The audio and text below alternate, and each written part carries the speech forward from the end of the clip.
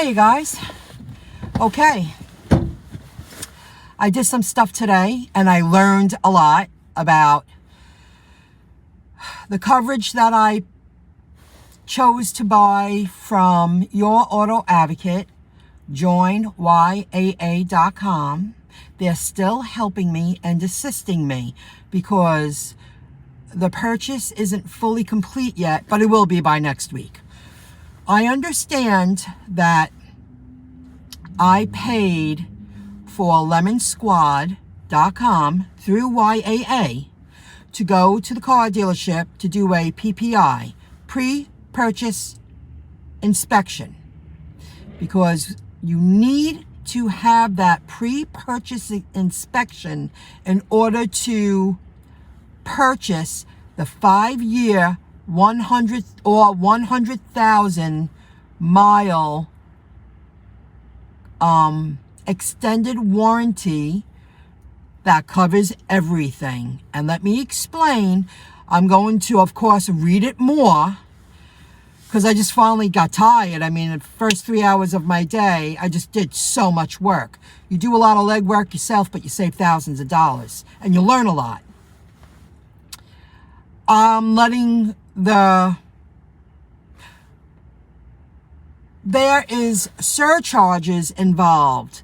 If anything ever happened while you're working, I let them know. This car that I'm getting, I'm purchasing, that I had a couple of people already tell me what a piece of junk, but I'm going to support my case in a moment that I want them to know sometimes I'm using it for personal use and I'm using it for business. I'm using it for Uber Eats, Grubhub right now. In the beginning I will be, but I'm also branching out using other apps for more skilled jobs like the WeGo Look and stuff like that. I didn't forget all of that. I'm still working on that. And I want them to know that I'm starting a small business of my own, a shopping business, a personal shopper business using the Dumpling app. If I need to use it because I was on the job, it's a deductible, the surcharge. So I would rather know I'm covered and not have any problems, because I'm buying this car, I'm upgrading because I'm limiting myself keeping this old car. It's done. Today it acted up. However, upgrading, of course, with modern technology and equipment, however, and a more new car, 2018, but I got a hatchback and the seats go down. I have a lot more flexibility. It opens many more opportunities for me to earn income because I do need a larger car. This is holding me back now. That's why I've been working behind the scenes. But I want to share a story with you. I've had somebody left a comment on the YouTube channel last night, then they took it down, said be careful of the Trax. People make a joke about the Trax. My mother informed me about the Trax a year ago, and finally, things happen for a reason. It was either the Buick or the Trax, and I chose to go a little cheaper. When I got this Ford Focus, I remember everything closing down. We couldn't get parts. It had something to do with the Afghanistan war. And I got this car with 25,000 miles on it. I didn't even test drive it. I saw it. I knew I wanted it. It was affordable. I bought it from Abel Ford in Rockville Center. Choosers can't be picky. Anything that I was getting at the time was better than what I had before. And I had a Toyota Corolla that I drove for 11 years, a stick shift. So when I got this, it had 25,000 miles on it. It was a demo. And the training went. I think like when it hit like 40,000, I was like, wow. They kept it for 5 weeks. They couldn't get the parts, but they gave me a loaner. I didn't care. I got to work. Now, you see on the thumbnail, my car has 167,000 miles on it. This is a 2007 Ford Focus. Closer to 168,000. I'll probably hit 168,000 before I get rid of it.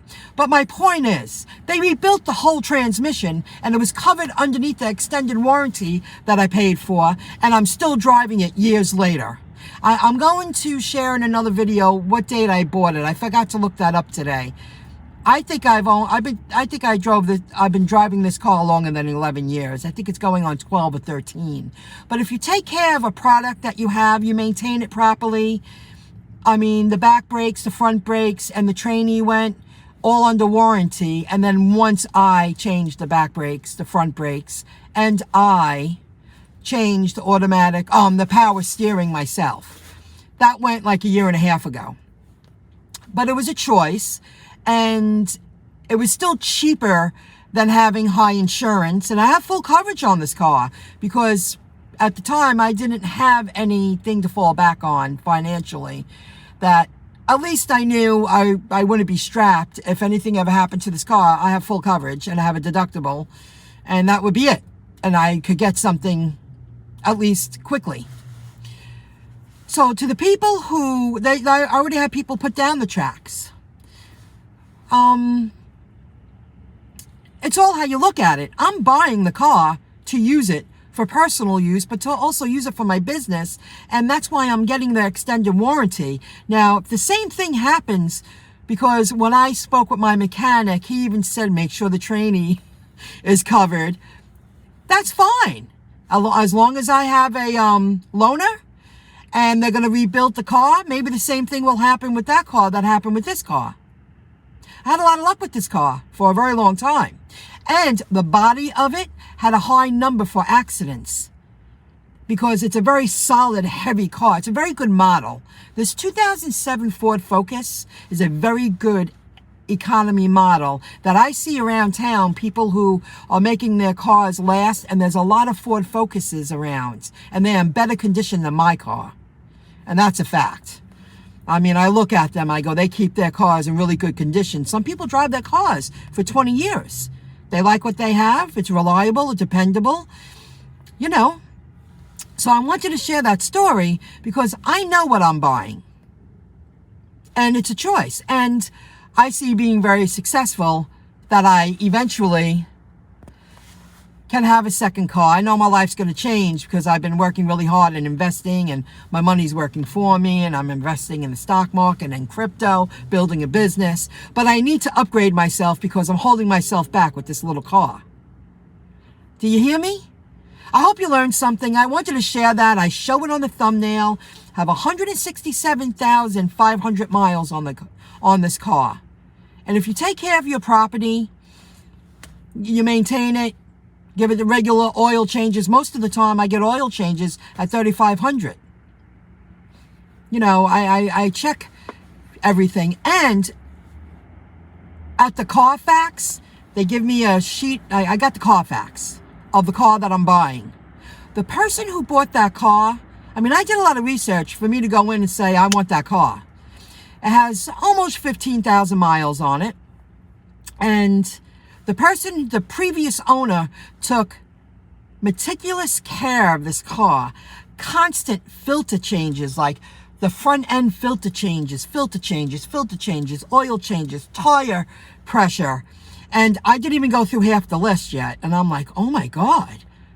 It only had one owner, and they took excellent care of it, and they barely drove it.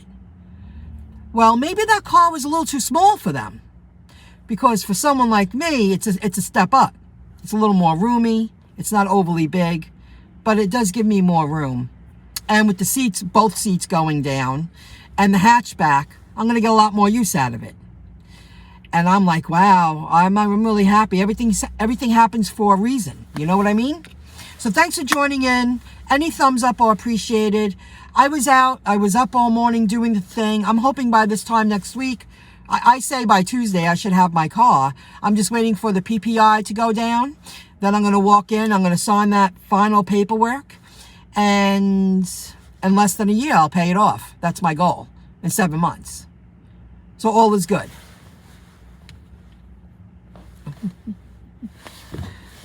I know somebody wrote something. I'm tired. I'm sorry, guys. Raw to Creation. I never heard that name, but thank you so much. Yeah. So it's worth it. I mean, you have to go into, some people act like their cars are assets. Your cheap little car isn't an asset. Somebody who's a car enthusiast and they buy $100,000 cars and they can own several cars and they take impeccable care of it and it's a privilege and it's a hobby, those are assets because they usually gain value. The car I'm buying for just under 20 grand is not going to gain increase in value. It's going to decrease, but I plan on using it. I'm not planning on babying it. You know, I'm going to take good care of it. That's why this car lasted as long as it did. And they're giving me a couple of $100 for this car. A few $100, I'm sorry, for this car. When I went there today, I said, would you give me something for that? They're like, yeah, we'll give you a few $100 for that. Good, you get disposal of it properly. I don't have to worry about it. We're going to take the plates off and put them on the new car and I'm going to drive away.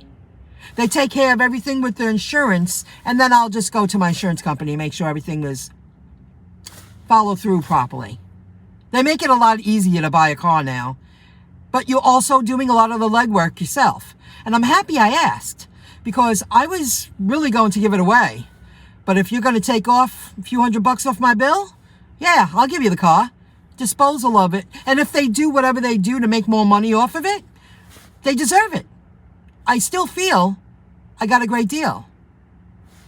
And I'm buying a car to use it, not to baby it or stare at it, be afraid to touch it.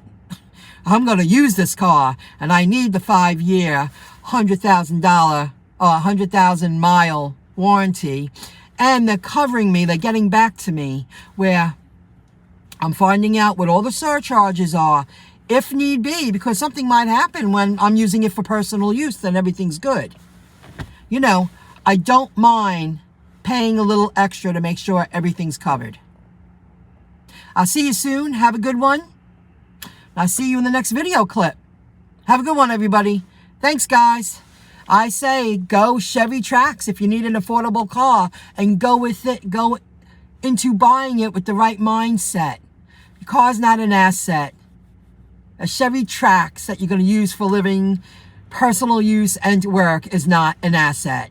It's a liability.